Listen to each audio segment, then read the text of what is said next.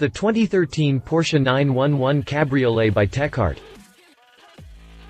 Noted Porsche tuner TechArt has made a living off dropping our jaws with some of the programs they've built for the German automaker.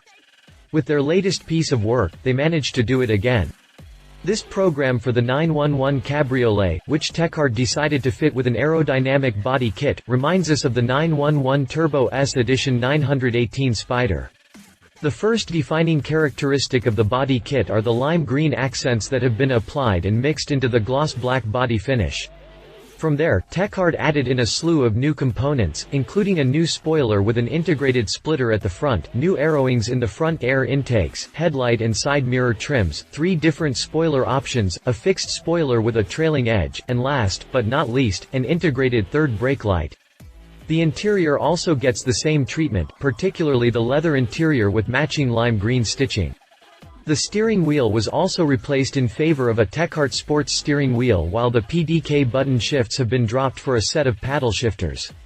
Another TechArt addition are the new set of Formula 3 forged wheels that have also been finished in gloss black.